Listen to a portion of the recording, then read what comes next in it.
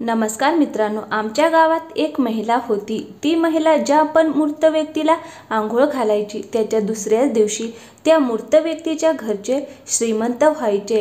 या सर्व गोष्टींचं मला खूप आश्चर्य वाटायचं।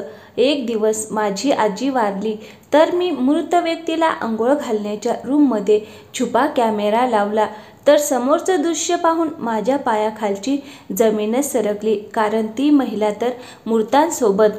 माझं नाव विनीता आहे, मी एक सॉफ्टवेअर इंजिनियर आहे।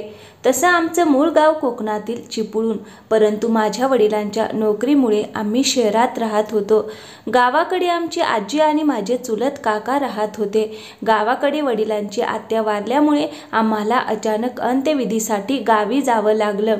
तसं आमचं सहजासहजी गावी येणं जाणं होत नसायचं, परंतु गावाकडे गेल्यावर आजीला पण भेटता येईल म्हणून आम्ही सर्वजण गावी गेलो।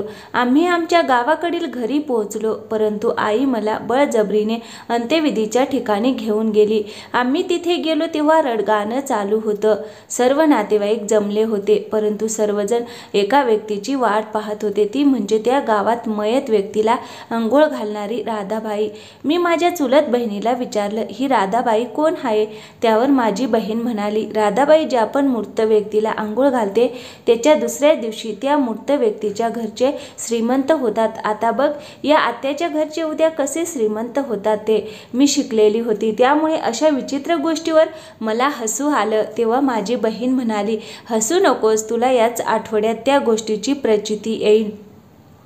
तेवढ्यात अचानक राधाबाई आली असे म्हणून लोक बाजूला झाले। मी तिला बघितलं तर ती एक 50 ते 60 वर्षाची एक चलाक बाई वाटत होती। राधाबाईने मूर्त व्यक्तीला आंघोळ घालायच्या वेळेस सगळ्यांना बाहेर काढलं आणि मूर्ताला आंघोळ घालून ती बाहेर आली। मी घरी आल्यावर आजीला त्याबाबत विचारलं तर आजी म्हणाली, आतापर्यंत तर तसंच घडत आलं आहे, बघूयात उद्या काय होतं।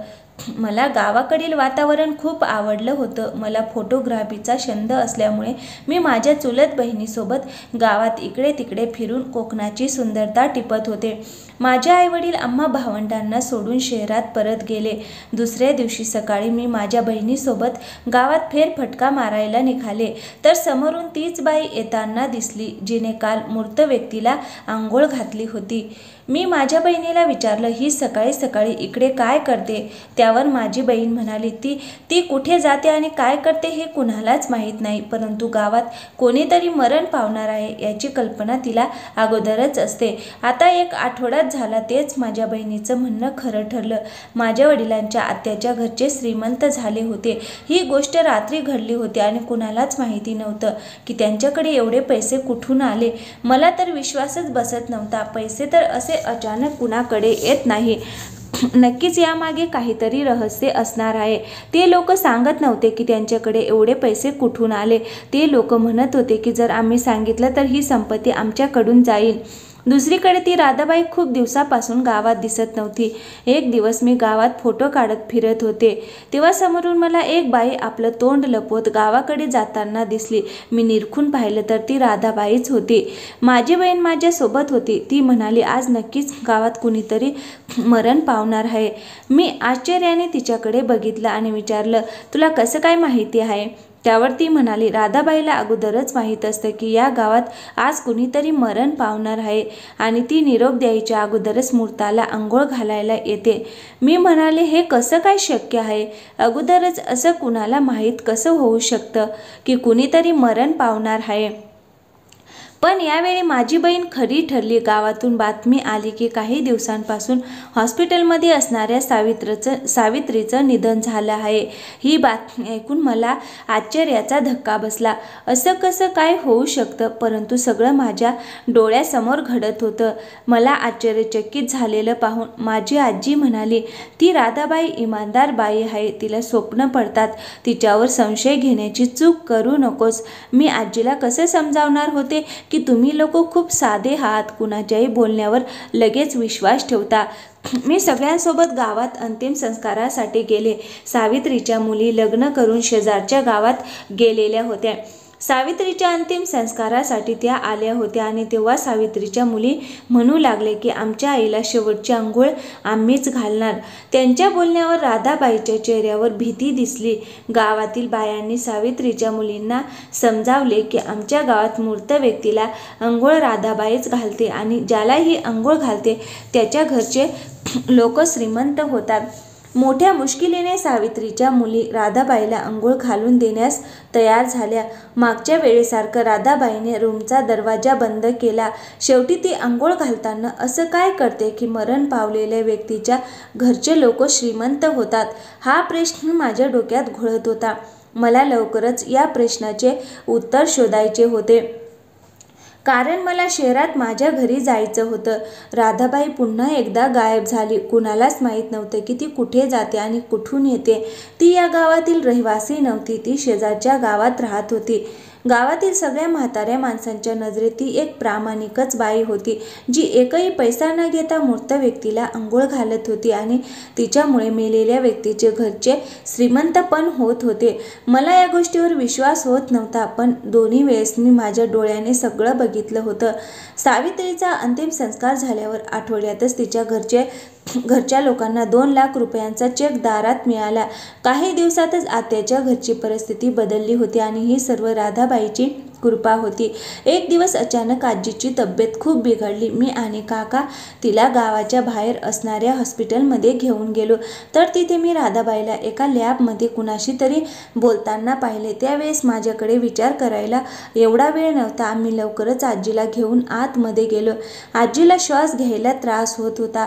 डॉक्टरांनी 4-5 दिवस तिला ॲडमिट ठेवलं. आजीला जरा बरं वाटल्यावर माझ्या मनात राधाबाईचा विचार आला. मी तिला इकडे तिकडे शोधलं, पण ती मला कुठेच दिसली नाही.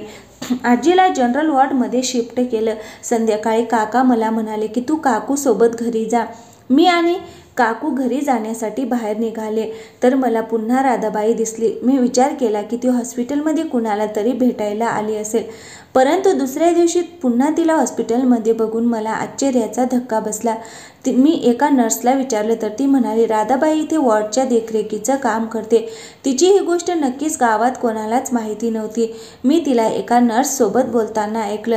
ती तिला म्हणत होती की मला आता गावात जाऊ दे, तिच्या अंघोळीची सोय करायची आहे. आता मला सगळं समजलं होतं की ही बातमी तिला हॉस्पिटलमध्ये समजते.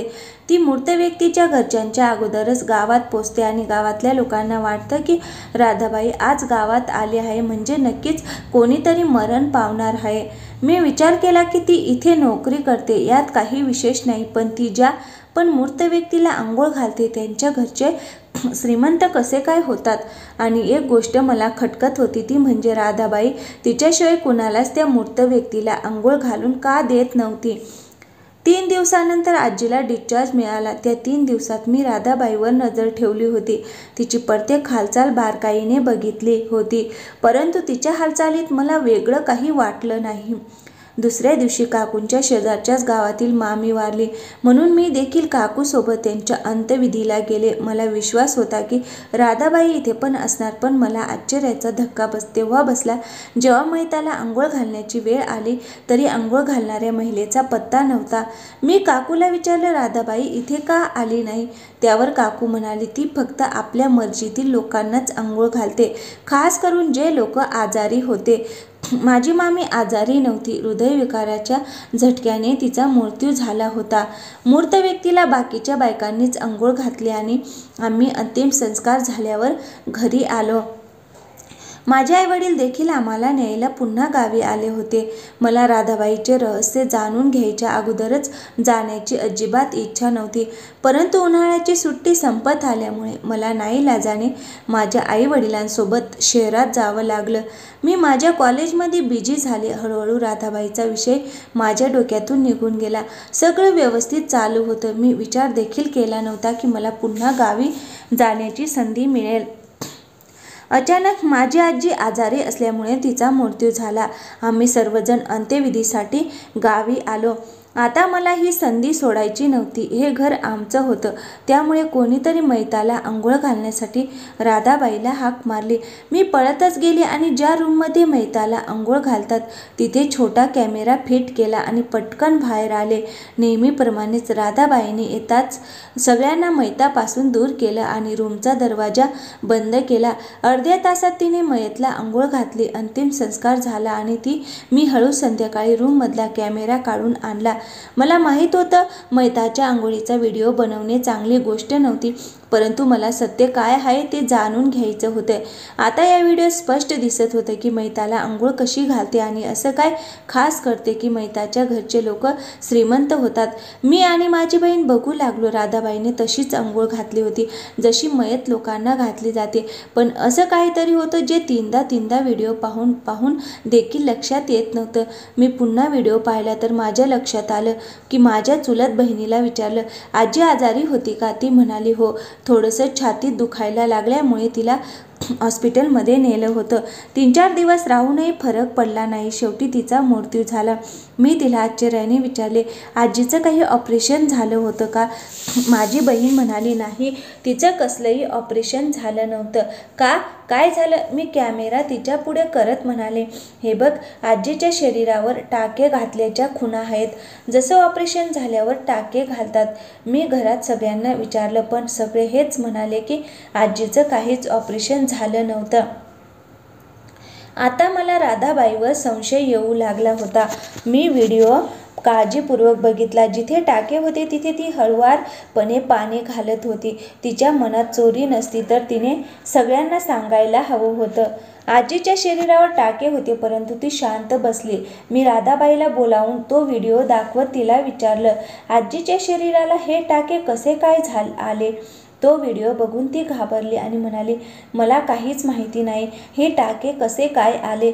मी तिला खूप धमकावल्यावर ती म्हणाली, मला यातलं काहीच माहिती नाही, हे सर्व डॉक्टर विक्रम यांना माहिती असेल. आजी त्यांची पेशंट होती. एक कामाची गोष्ट तर मला समजली होती, आजी ही डॉक्टर विक्रम यांची पेशंट होती. मी राधाबाईला म्हणाले, तू मला हॉस्पिटलमध्ये घेऊन चल, मी तुझी भाची आहे असं तू हॉस्पिटलमध्ये सांग आणि काही दिवस तुझ्या जागी मला कामाला ठेव. दुसऱ्या दिवशी मी राधाबाईसोबत हॉस्पिटलमध्ये गेले. मी ज्याप्रमाणे सांगितलं ती तसंच बोलली आणि तिच्या जागी कामावर मला ठेवून निघून गेली. आता मला बघायचं होतं की या हॉस्पिटलमध्ये नेमकी काय चालू आहे. माझ्या वडिलांनी या गोष्टीसाठी मला खूप मुश्किलीने परवानगी दिली होती. मला काय करायचं होतं त्या एका आठवड्यातच करायचं होतं, कारण आठवड्यानंतर आम्ही शहरात जाणार होतो. हॉस्पिटलमधील पहिले 1-2 दिवस तर ठीक गेले. मला कुठल्याही प्रकारची संशयास्पद गोष्ट जाणवली नाही. पंचक्रोशीतील लोक याच हॉस्पिटलमध्ये उपचारासाठी येत होते. हे हॉस्पिटल सुरू होऊन 5 वर्षे झाले होते. 3-4 दिवसानंतर डॉक्टर विक्रम राऊंडसाठी आले. त्यांचा चेहरा पाहताच मला आश्चर्याचा धक्का बसला. मी या डॉक्टरांना कुठेतरी पाहिलं होतं, परंतु आठवत नव्हतं. डॉक्टरांनी एका नर्सला राधाबाईला बोलवायला सांगितलं. ते म्हणाले की तिला बोलावून घ्या, तिच्याजवळ अर्जंट काम आहे. मी राधाबाईला फोन करून बोलावलं आणि डॉक्टरांच्या रूममध्ये पाठवून दिलं आणि स्वतः दरवाजाला कान देऊन त्यांचं बोलणं ऐकू लागले. डॉक्टर राधाबाईला म्हणत होते की एक पेशंट मरण पावला आहे. मी आता ऑपरेशन थिएटरमध्ये घेऊन जात आहे. तू गावात जाऊन मयतला आंघोळ घालण्याची तयारी कर. तुझ्याशिवाय तू कोणालाच आंघोळ घालू देऊ नकोस. तुझा हिस्सा तुला मिळेल. आणि हो, मागच्या आठवड्यात ज्या महिलेचा मृत्यू झाला तिच्या घरच्या लोकांना पण पैसे पाठवायचे आहेत. मी तुझ्याजवळ ते पैसे देतो, तू ते पुढे दे. आता तू जा. मी मोबाईल काढला आणि त्या डॉक्टरांना सर्च करू लागले. थोड्याच वेळात सर्व गोष्टी माझ्या लक्षात आल्या. या हॉस्पिटलमध्ये नेमकं काय चालू आहे? मी डॉक्टर विक्रमबद्दल सर्च केलं तर माझ्या पायाखालची जमीनच सरकली. या डॉक्टरांना 7 वर्षापूर्वी कायद्याचे उल्लंघन केल्याबद्दल काही वर्षे शिक्षा झाली होती आणि त्यांचं लायसन्स पण रद्द केलं गेलं होतं आणि त्या डॉक्टरने पुन्हा आपला धंदा या गावात येऊन चालू केला होता. हा डॉक्टर मेलेल्या लोकांचे बॉडी पार्ट्स काढून त्यांना महागड्या किमतीत विकत होता आणि त्या मूर्त व्यक्तीला राधाबाईलाच आंघोळ घालायला लावायचा, कारण मैताच्या अंगावरचे टाके कुणालाच दिसू नये. राधाबाई देखील पैशासाठी हे सर्व करत होती आणि मूर्त व्यक्तीचे बॉडी पार्ट्स विकून जेवढे पैसे यायचे त्यातले काही पैसे मैताच्या घरी पोहोचवले जायचे, कारण हॉस्पिटलमध्ये एका ॲग्रीमेंटवर त्यांच्याकडून सही करून घ्यायचे, ज्यात लिहिलेलं असायचं की आम्ही आमच्या मर्जीने आणि स्वखुशीने आमच्या पेशंटचं ऑपरेशन करून बॉडी पार्ट काढण्याची परवानगी देतो. बिचाऱ्या अडाणी लोकांना कुठे वाचता येत होतं? ते सहजासहजी त्या कागदपत्रावर सही करून देत. अशा प्रकारे हा डॉक्टर स्वतःची बाजू सेफ ठेवत होता की आम्हाला मूर्त व्यक्तीच्या घरच्या लोकांनीच परवानगी दिली आहे, तर मग हे बेकायदेशीर होत नाही. अशा प्रकारे मूर्त व्यक्तीचे बॉडी पार्ट्स विकून मोठ्या किमतीने ते मोठ्या हॉस्पिटलमध्ये पाठवले जात. मी त्यांच्या आपापसातलं बोलणं रेकॉर्ड करून घेतले. आता त्यांना त्यांच्या कुकर्माची शिक्षा मिळणार होती. मी पोलिसांना बोलावलं. हॉस्पिटलमधील बऱ्याच कर्मचाऱ्यांना अटक करण्यात आली आणि हॉस्पिटलला सील करण्यात आलं. हे सर्व काम मागच्या 3 वर्षापासून मोठ्या शिपारतीने चालू होतं.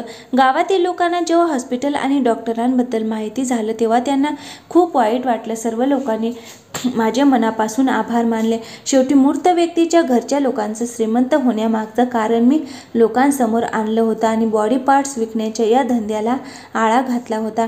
तर मित्रांनो, तुम्हाला ही कथा आवडली असेल तर व्हिडिओला लाईक करा आणि अशा छान छान कथा पाहण्यासाठी आमच्या चॅनलला सबस्क्राईब करायला विसरू नका. थँक्यू. धन्यवाद मित्रांनो.